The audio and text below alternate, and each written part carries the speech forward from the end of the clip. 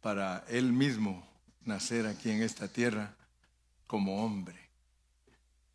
Y estamos impactados porque Dios sabe lo que es ser humano. Fíjese, el Dios que nosotros servimos sabe lo que es ser humano. ¿Con qué razón el escritor de Hebreos dijo que Él nos entiende a nosotros en todo y que nos podemos acercar a Él confiadamente y que podemos obtener el oportuno socorro, ¿verdad? Entonces quiero de nuevo leer el versículo epígrafe que nos introdujo a todas estas cosas. Mateo 1:16. Muy bien, muchachito, así me gusta que agarre bien la onda. Mateo 1:16 fue el versículo que nos inspiró para hablar de lo que estamos hablando. Y Jacob engendró a José, marido de María, de la cual nació Jesús, Jesus. Jesus was born from Mary, but he was called the Christ. Pero él fue llamado el Cristo. Entonces nosotros sabemos que ese Jesús, que es Dios hecho hombre, aparte de llamarse Jesús, Él es llamado el Cristo. O sea que es otro nombre. Porque ¿cómo te llamas? Así que llamado el Cristo. Entonces Él no solo se llamaba Jesús, sino que también se llamaba Cristo. Y por eso en determinado momento la Biblia nos dice que Él es Jesucristo. Pero con ese nombre se pueden decir tantas cosas, porque se puede usar como Jesucristo, se puede usar como Cristo Jesús, que de hecho Dios lo maneja en una manera que nosotros podamos ver la revelación. Dios lo maneja Jesucristo, Cristo Jesús, o si quiere nos dice solo Jesús, o si quiere nos dice solo Cristo. Pero cada contexto el Señor lo pone de esa manera. Si nos va a hablar de Cristo, el pasaje de seguro que va a hablar de Él como Dios. Si habla de Jesús, el contexto de seguro que es hablando del hombre. Si nos va a hablar de Jesucristo, segurísimo que primariamente nos quiere demostrar que es hombre, pero que también es Dios. Y si nos habla de Cristo Jesús, segurísimo que Dios quiere mostrarnos a través del contexto que Él es Dios hecho hombre, Cristo Jesús. Entonces, gracias a Dios por su palabra, porque su palabra nos instruye, su palabra nos ayuda a que nosotros seamos personas conocedoras de lo que es Dios. Y debido a que vimos este versículo de y Jacob engendró a José, marido de María, de la cual nació Jesús, llamado el Cristo, cuando leímos ese versículo, entonces Dios nos puso a pensar. Han notado que yo hablo en plural, ¿verdad? Yo les digo, nos puso a pensar, pero es que Cristo está conmigo. Cristo, aquí siempre anda Cristo y yo. Entonces cuando dijimos, estoy hablando que soy uno con Él y Él uno conmigo. Y a veces los arrastro a ustedes también. Y les digo, estamos aprendiendo todos. Pero fue cuando Dios nos inspiró a hablar de que qué clase de Dios nos vino a través de la persona de Cristo.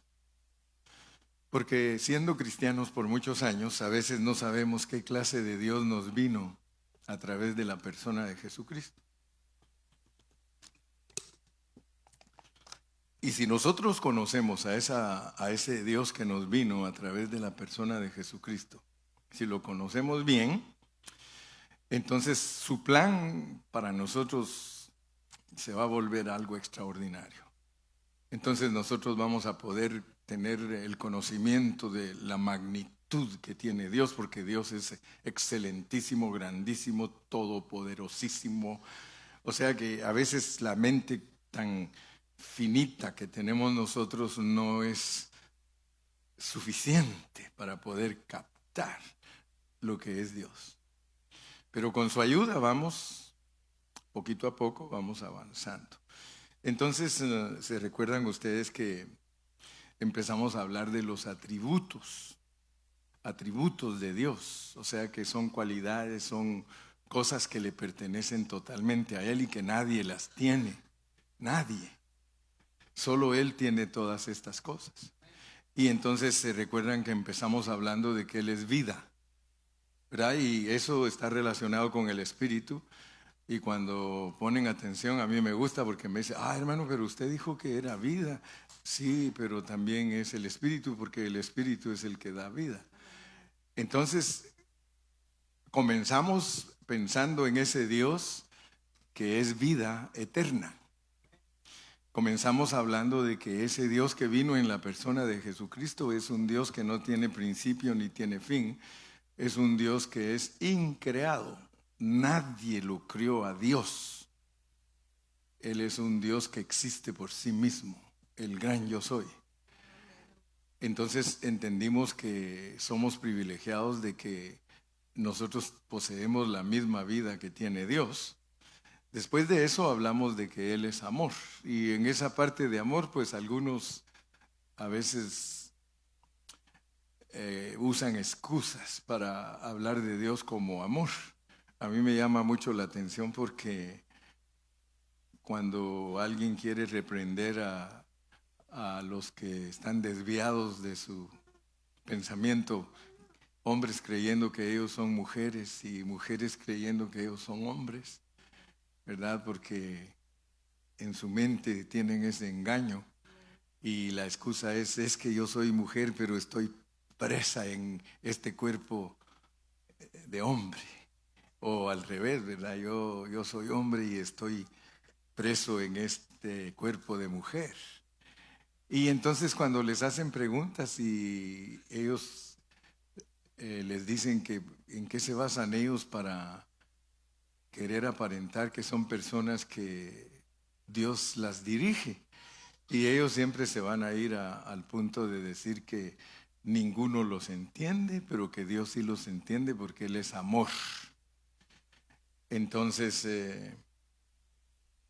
usan lo que Dios es, porque Dios es amor, pero lo usan para mal, ¿verdad? Y todos nosotros debemos de saber que Dios se puede usar para bien o para mal. Todas las cosas de Dios se pueden usar para bien o se pueden usar para mal. Les compartí el día viernes que la astronomía es buenísima, pero el hombre la volvió astrología. O sea que el hombre la volvió horóscopos y leer manos, y inclusive pues se basan en las estrellas para leerle a la gente su futuro, ¿verdad? Porque pues todo lo que está en la tierra está conectado con las constelaciones y con las estrellas, y aun cuando no habían ni telescopios, hablábamos ayer, ¿verdad, Lupita? De que aun cuando no habían telescopios,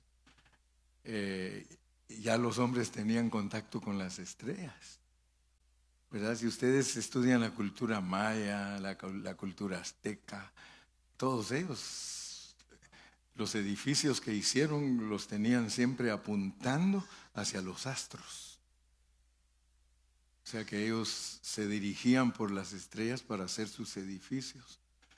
Y de alguna manera aparecieron desarrollando ingeniería que ni siquiera en el tiempo de nosotros se ha conocido, para hacer cortes tan perfectos en piedras y todas las cosas. Entonces descubrimos pues que el hombre puede usar todo lo que es de Dios para mal, ¿verdad? Aún los cristianos pueden usar las cosas de Dios para mal. Hoy día estamos viviendo en tiempos en los que las noticias nos dicen que fulano, bueno, los pastores somos famosos de decir que nos robamos el dinero, ¿verdad? Para la gente que no es cristiana, un pastor es alguien que se aprovecha de los hermanos y que se lleva el dinero, y bueno, puede usarse para mal, porque sí hay algunas personas que usan el dinero para mal, ¿verdad? Ahorita hay una pareja de pastores que se están peleando en la corte y están discutiendo cómo pueden los dos agarrar exactamente la mitad del dinero, porque tienen 132 millones de dólares en la cuenta del banco. Sí, así que, pero bueno, con mi esposa no estamos tratando de disputarnos nada, y lo poquito que tenemos queremos usarlo para comprar el otro templo. Y nos hace falta un poco, así que también nosotros tenemos que poner. Nunca se les olvide, pues, que el amor se puede usar en una forma distorsionada, ¿verdad? Entonces vimos que Dios es vida, que Dios es amor, pero también vimos que Dios es luz. Dios es luz y no hay ningunas tinieblas en Él. Y ahí pues nos sorprendimos de algunas cosas terribles, ¿verdad? Cómo Dios no tolera el pecado, pero lo perdona. Y eso ya nos hace trastraviar un poquito, ¿verdad? Porque servimos a un Dios que no tolera el pecado, o sea que Él no está de acuerdo en nada del pecado, pero nos perdona. Y ya pues entendimos que fue debido a que Él produjo la enfermedad, pero Él la está sanando. Aprendimos, ¿verdad? Muchas cosas. Después de eso aprendimos que Dios es riquezas, que Él tiene riqueza en sabiduría, riqueza en gracia, riqueza en todas las áreas. Él es riquísimo. Y tuvimos que aprender a aplicar las riquezas de Cristo para mostrarlas en plenitud. Entonces también Él es la plenitud, porque claramente la Biblia dice, en Él habita toda la plenitud de la divinidad. O sea que las riquezas no son la plenitud, y aprendimos esa diferencia, que la plenitud es la exhibición de todas las riquezas. O sea que la plenitud de un rico, hablemos de un millonario, ¿verdad? Su plenitud es mostrar sus palacios, sus carros, ¿verdad? Sus campos de entretenimiento, etcétera, etcétera. Esa es o sea, Él enseña todo, eso es la plenitud. Por tanto, Dios es riquezas, pero Él también es plenitud. Después de eso aprendimos que Dios es santo. Hablamos de la santidad de Dios. Y aprendimos algo muy importante, de que ser santo no quiere decir ser perfecto, ni tampoco quiere decir no pecar. Y nunca se me va a olvidar la hermana Connie Tonche, ella así se llama, no se burlen. La hermana Connie Tonche, así se llama ella, y ella puso ahí en su comentario que después de haber escuchado el mensaje que di sobre la santidad, dijo: ahora entiendo que yo soy una pecadora santa. Y eso me gustó mucho. Sí, hermana, le digo, somos pecadores santos. Porque santo y santidad es solo ser apartados para un uso. Y Dios nos apartó a nosotros para un uso, para el uso de Él. Eso es lo que nos hace santos.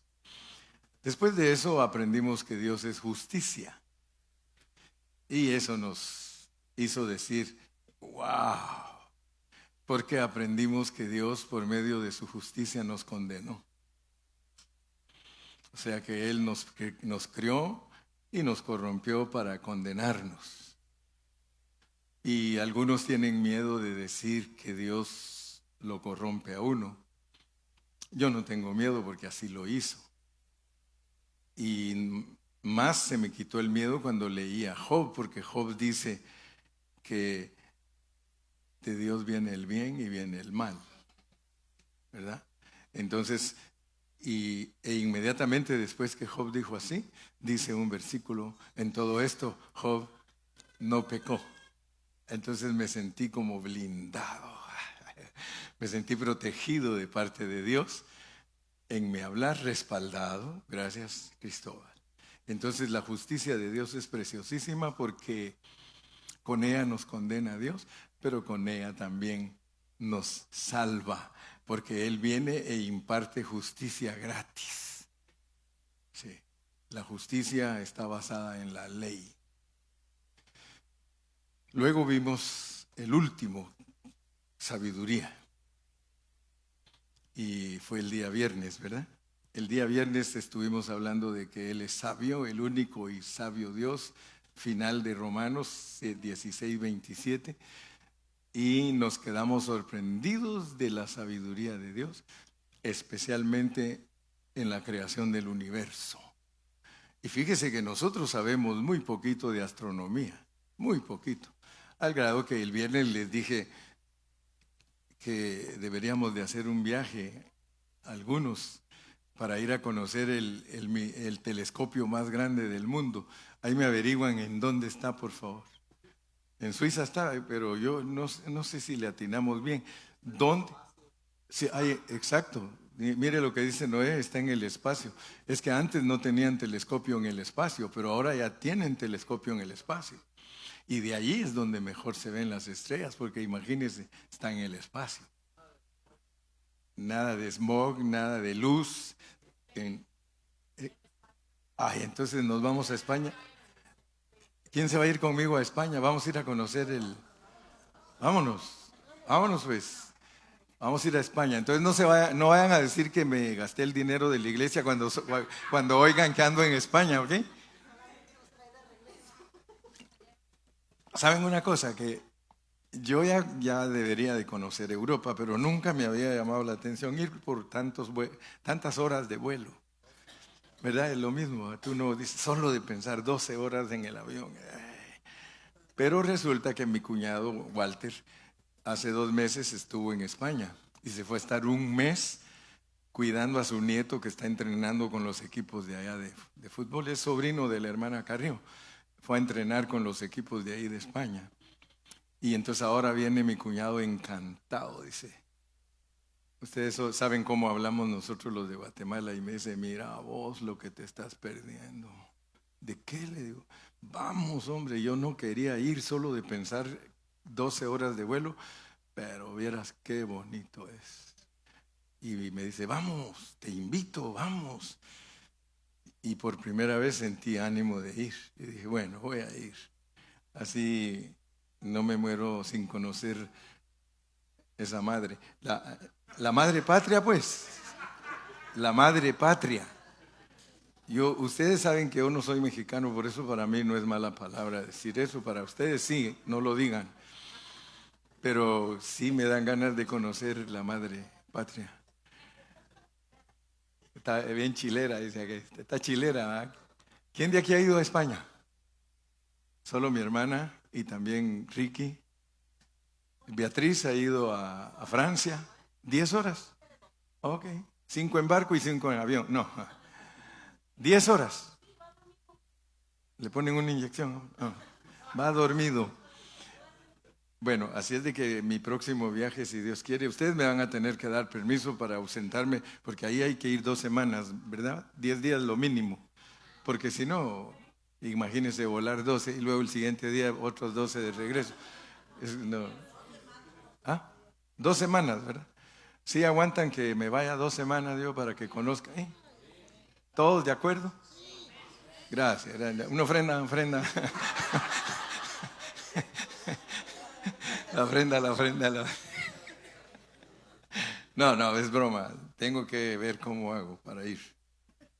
Bueno, entonces aprendimos que Dios es sabiduría. Dios es sabiduría y el universo debe de impresionarnos. Descubrí cosas maravillosísimas escribiendo el folleto de lo que es las constelaciones y los cielos cuentan la gloria de Dios y el firmamento anuncia la obra de sus manos. Y me puse a investigar y a estudiar y estoy impresionado porque Dios escribió el Evangelio en las estrellas y las constelaciones. Por eso les decía que si a Dios le enoja algo es que se use la astronomía como astrología, porque la astronomía, si ustedes leen, por favor, investiguen, durante 2000 años la astronomía, todos los astrónomos han sido cristianos, creyentes, buenos hijos de Dios. Entre ellos Isaac Newton, Nicolás Copérnico, todos esos grandes descubridores, ellos fueron cristianos. Mientras que la astrología, todos diabólicos, todos magos, hechiceros, adivinos, agoreros. Entonces, lo que es de Dios escrito en las estrellas, los hombres lo cambiaron. Y de la misma manera que dice Romanos capítulo 1, que Dios los entregó a una mente depravada y reprobada, de la misma manera dice Deuteronomio, que a todos los que se volvieron astrólogos los entregó como un sistema babilónico de adivinar y de dejarse guiar por las estrellas. Y por eso se enojó mucho con Israel, porque Israel cayó en lo mismo que las naciones que los rodeaban. Ellos empezaron a hacer cosas de agüero para adivinar, al grado de que de ahí viene que tiraban el huevo en el agua y que según la figura que el huevo formara, les indicaba lo que tenían que hacer, y etcétera, etcétera. Entonces todo lo bueno se puede usar para mal, pero gracias a Dios por la sabiduría de Dios. Entonces hoy solo les voy a dar una, porque ya les di el resumen de todo lo que he hablado durante 3 meses. Pero hoy les voy a hablar de la prudencia. Prudencia. Algunas mujeres se llaman así. Les dicen prude. Allá por los ranchos de veras se encuentra uno nombres bonitos que los de antes les ponían. Ahora ya ni les ponen nombres bonitos. Ahora les ponen nombres bien complicados. Sí, yo voy a Ecuador y le digo, hermano, ¿cómo estás? ¿Cómo te llamas? Benjamín Franklin. ¿De verdad, hermano? Sí, así me llamo. Benjamín Franklin Chicol. No, pero así otro le pregunté, se llamó John F. Kennedy. De veras, a ustedes les da risa, pero uno va a esos países y así. Hace poquito encontré a uno y le digo, ¿y tú cómo te llamas? Michael Jackson. Es que les gustan los nombres a ellos y los unen con todo y apellido. ¿Sí? ¿Sí? Algunos como Galo Recalde.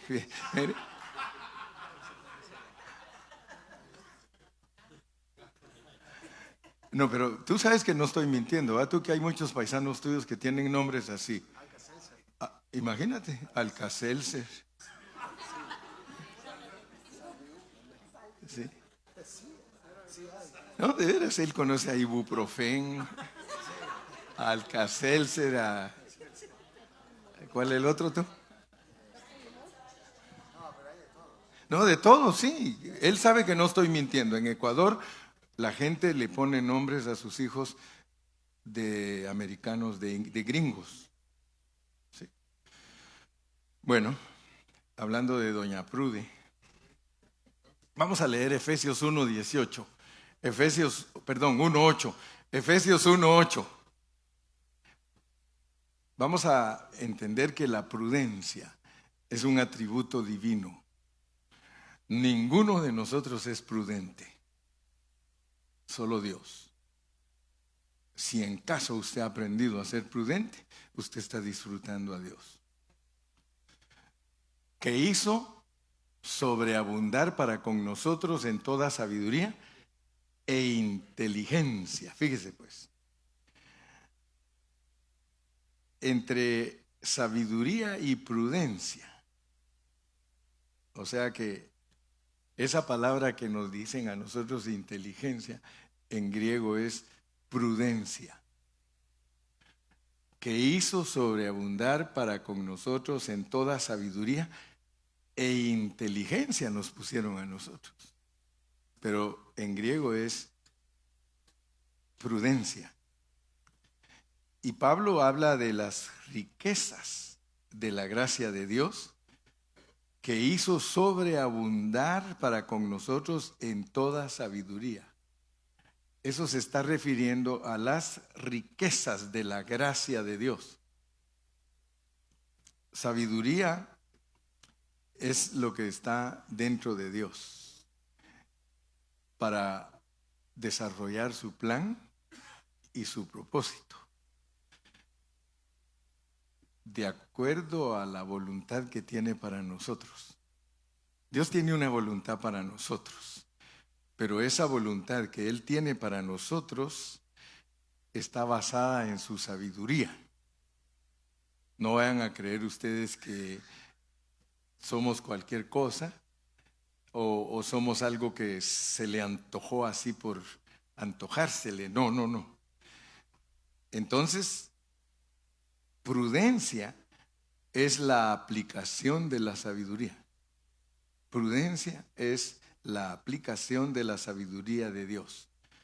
Primero, Dios planifica y se propone en su sabiduría, y luego Él aplica lo que ha planeado y se ha propuesto para nosotros, lo aplica con su prudencia.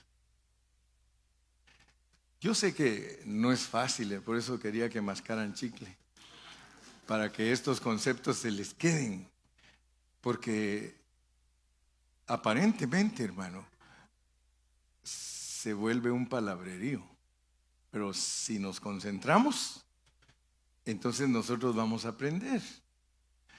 Y el objetivo de Dios, de que nosotros aprendamos, es de que cuando hablemos, hablemos acertadamente. O sea que ayudemos a los que oyen. You know, the wisdom of God is with a purpose. The Bible is not easy. It has many concepts. God es verdad. God es profundamente detallista. Dios es profundamente detallista. But if we don't pay attention to His word, we don't learn to speak wisely. Mucha gente puede hablar, hermano. Usted puede oír muchos pastores, usted los va a oír hablar y hablar, pero at the end of the discurso, usted se va a preguntar, ¿entendí lo que dijo? Entonces, lo que Dios quiere es que nosotros al hablar nos demos a entender. Cuando uno se da a entender en el discurso, todos los que están sentados salen satisfechos, porque dice, oh, I got it. Oh, ahora sí entendí. Entonces, vamos a repetir otra vez lo que ya dijimos para que se nos quede, ¿verdad? Sabiduría es lo que está dentro de Dios para plan y propósito. Sabiduría es lo que está dentro de Dios para plan y propósito de su voluntad. Para plan y propósito de su voluntad, y que tiene que ver con nosotros. Nosotros somos muy importantes para Dios. Ahí adentro Él tiene sabiduría, tiene plan, tiene propósito, es su voluntad y está contando con nosotros. Prudencia es la aplicación de la sabiduría de Dios.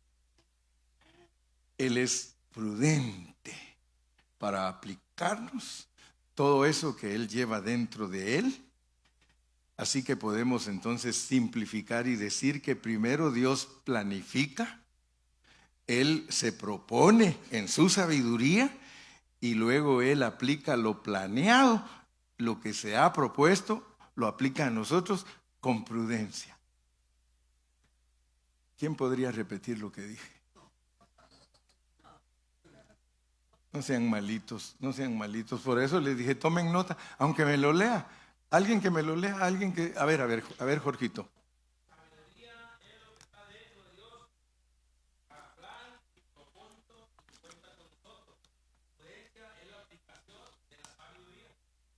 Está bien, muchachito.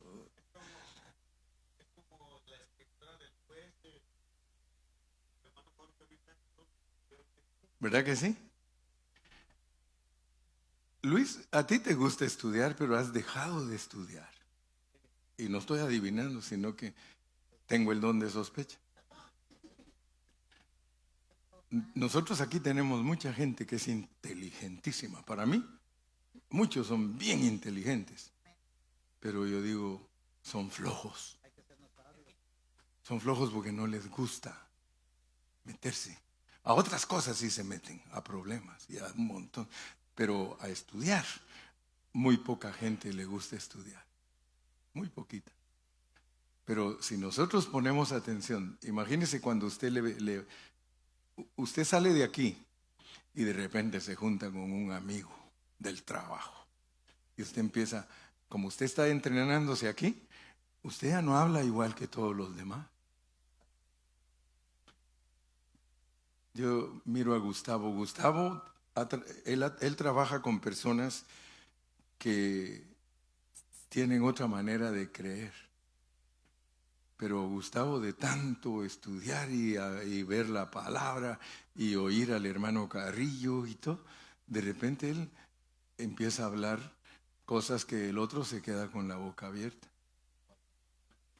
Sí, un tiempo atrás dice que se le cayó la mandíbula y le topó en el piso al que le estaba hablando. Pues le estoy hablando en parábola. Se quedó tan impresionado que le dijo, tienes razón lo que me estás diciendo. Y él estaba destruyéndole todas sus estructuras religiosas. Entonces nosotros tenemos esa capacidad porque Dios nos la da. Entonces al salir de aquí se van a asustar de ti porque resultas hablando. Imagínate a Jorge ahí haciendo la taquiza y les habla de esa manera. Se le queda viendo a uno. Ahí dice, yo me recuerdo de Agustín Rojas. Él es pastor allá en Campeche. Y una vez dice que le dijo el dueño de la ferretería donde compraba los materiales para hacer el templo. Después que le estuvo él compartiendo, le dijo, ¿en qué seminario estudiaste tú? Le dijo. No, pues en ese tiempo usábamos la expresión, ¿ya? Dice, en la BOA, le dice. ¿Y cuál es la BOA? ¿Dónde queda ese seminario? Es pura Biblia, oración y ayuno. La BOA, Biblia, oración y ayuno. Aquel creía que era el seminario grandioso de tal, pero la razón es que, o más bien dicho, el asunto es que Dios lo instruye a uno. Y cuando tú aprendes a hablar y en una forma acertada, tú vas a instruir a la gente. Yo soy profesor de pila, o sea que yo desde joven yo daba clases. Yo daba clases a alumnos de educación media. Yo era un profesor ahí, entonces yo soy profesor de cajón, dicen allá. Y al estudiar la palabra de Dios me desarrollé más en ser un maestro de la Biblia. Si alguien quiere saber la palabra de Dios, Dios me usa a mí explicándole. Y Dios me da discípulos. Amén. Entonces, gracias a Dios, pues, que si aprendemos a hablar acertadamente. Repite el concepto, por favor, Jorge.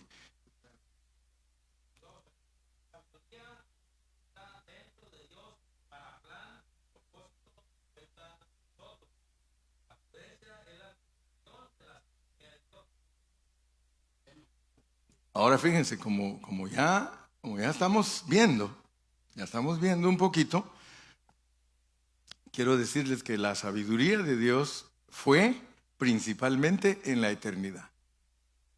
La sabiduría de Dios fue principalmente en la eternidad para planificar.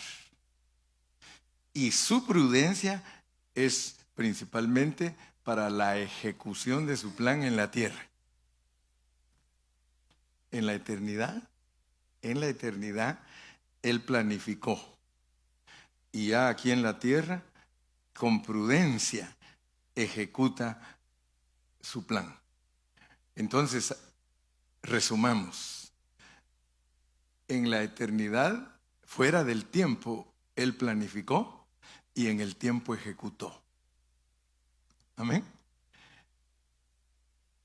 lo que Dios planeó en la eternidad, en su sabiduría, Él está ahora ejecutándolo en el tiempo a través de su prudencia, que a nosotros nos dicen inteligencia, que hizo sobreabundar para con nosotros en toda sabiduría e inteligencia.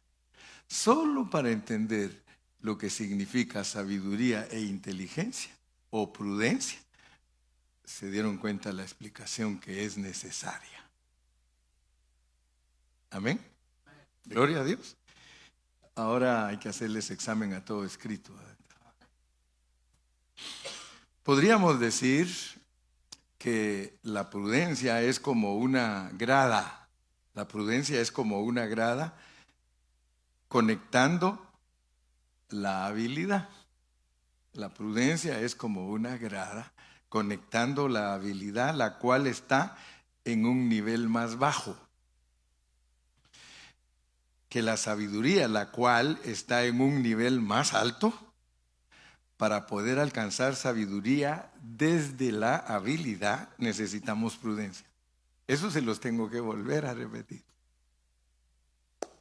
A ver, ¿tú lo escribiste?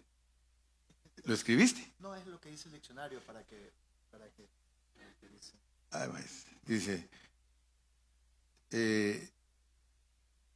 sabiduría, ¿verdad? No, prudencia. Sí, prudencia, sí, ¿verdad? Dice que es femenina.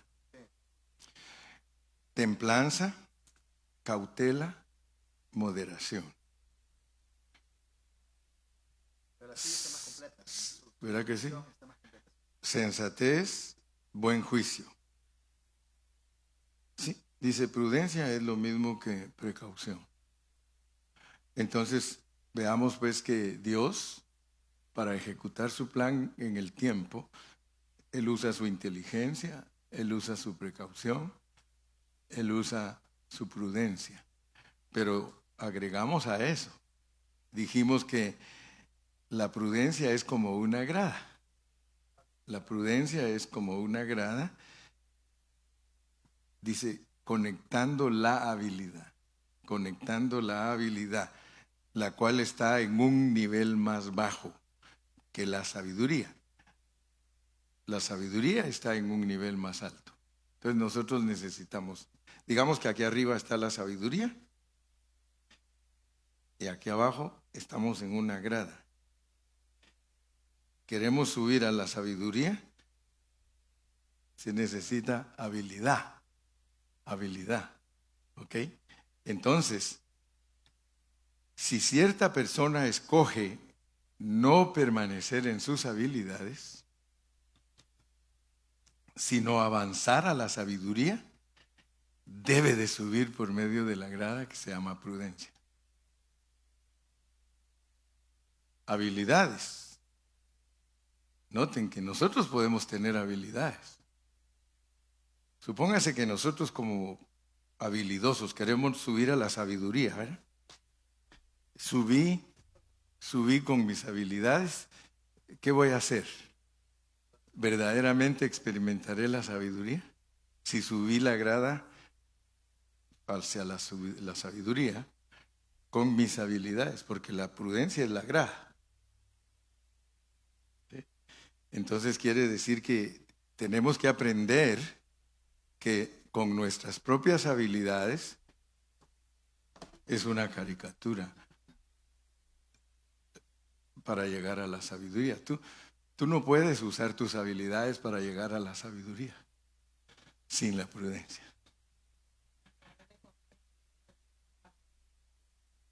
Si se acuerdan, ¿verdad? Que les conté de José, ¿sí? Que José tuvo que subir 70 gradas. No está en la Biblia eso, sino que está en el libro de Yared. En el libro de Yared dice que cuando Faraón estaba bien contento porque quería poner a José de primer oficial, de gobernador de Egipto, dice que José, el faraón estaba muy contento, pero uno de los ancianos se le acercó a Faraón y le dijo: lo siento mucho, Le dijo, I'm sorry, but Joseph cannot be the governor. Y le dice, why? Because you are infringiendo las leyes. Tú quieres poner a un hombre que no sabe los idiomas que se requieren para ser faraón. To be a pharaoh, you need to speak 70 languages. And Joseph, we know that he only speaks at least probably 2 languages. ¿Verdad? Sabe hablar egipcio y sabe hablar hebreo. As much as we know. Entonces le dijo, ¿cómo? Dice, si ese hombre es tan sabio, ¿le van a aplicar ustedes las leyes de que tiene que saber 70 idiomas para ser el gobernador de Egipto? Lo sentimos mucho, le dijeron los ancianos, pero no lo puedes poner. Y entonces se puso muy triste. Y llegó el día en que se tenía que presentar José a Faraón. Y dice que el Faraón, todo el que quería hablar con él, tenía que subir 70 grados. 70 grados. Si no sabía hablar más que 3 idiomas, Faraón tenía que bajar 67 grados. Y eso era humillante para él.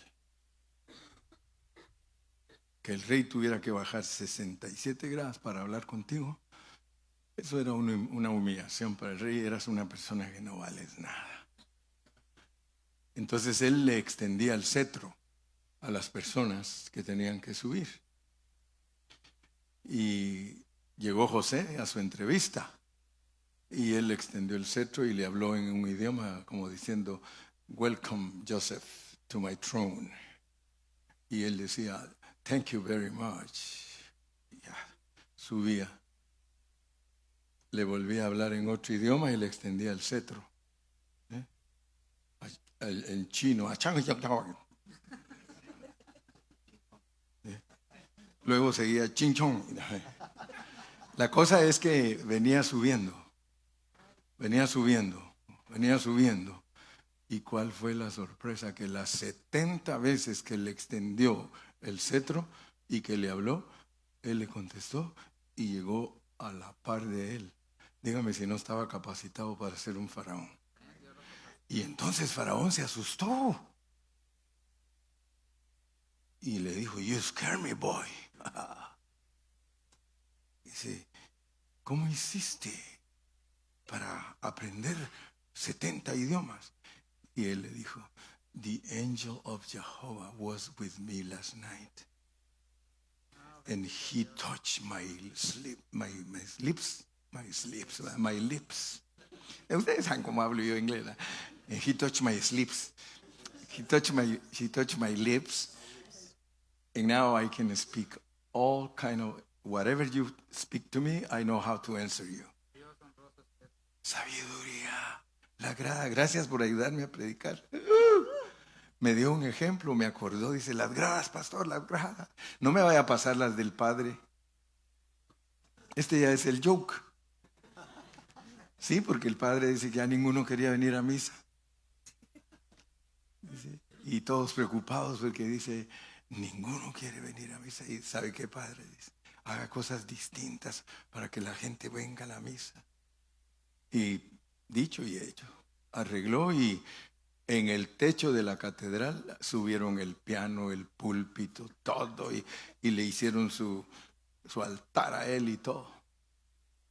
Y de repente todo el pueblo asustado porque allá arriba con micrófonos llamándolos a todos y el pueblo empezó a salir, todos, ¿qué pasó?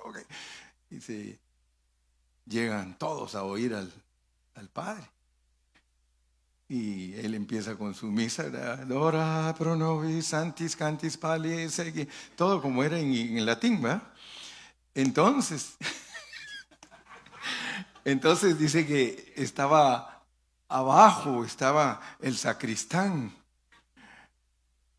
y el padre estaba parado ahí pero le pusieron unas tablas para que se parara Y el sacristán desde abajo le dice, Padre, las tablas, porque se estaban doblando, ¿eh? Y él, 2 por 1, 2, 2 por 2, 4, y ya, se cae.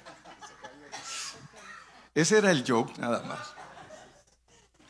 Para no perder la costumbre, dijo aquel. Prudencia, prudencia. Entonces, hermano, también podríamos decir que la prudencia es la habilidad correcta. Los que son prudentes no harán cosas en una manera tonta o loca. Esta clase de prudencia es también un atributo divino en el mover de Dios. Es todo lo que tenía que decirles hoy, que sean prudentes. Por medio de la prudencia es que se consigue la sabiduría y la sabiduría da prudencia. Es un círculo. Si subimos con nuestras habilidades a la sabiduría, no vamos a poder disfrutar de la esencia de la sabiduría. Pero si nosotros sabemos que prudentemente podemos subir a la sabiduría nos devuelve la prudencia. Es un círculo. Que Dios me los bendiga a todos en esta mañana. Yo terminé y si Dios quiere nos vemos en los días que vienen.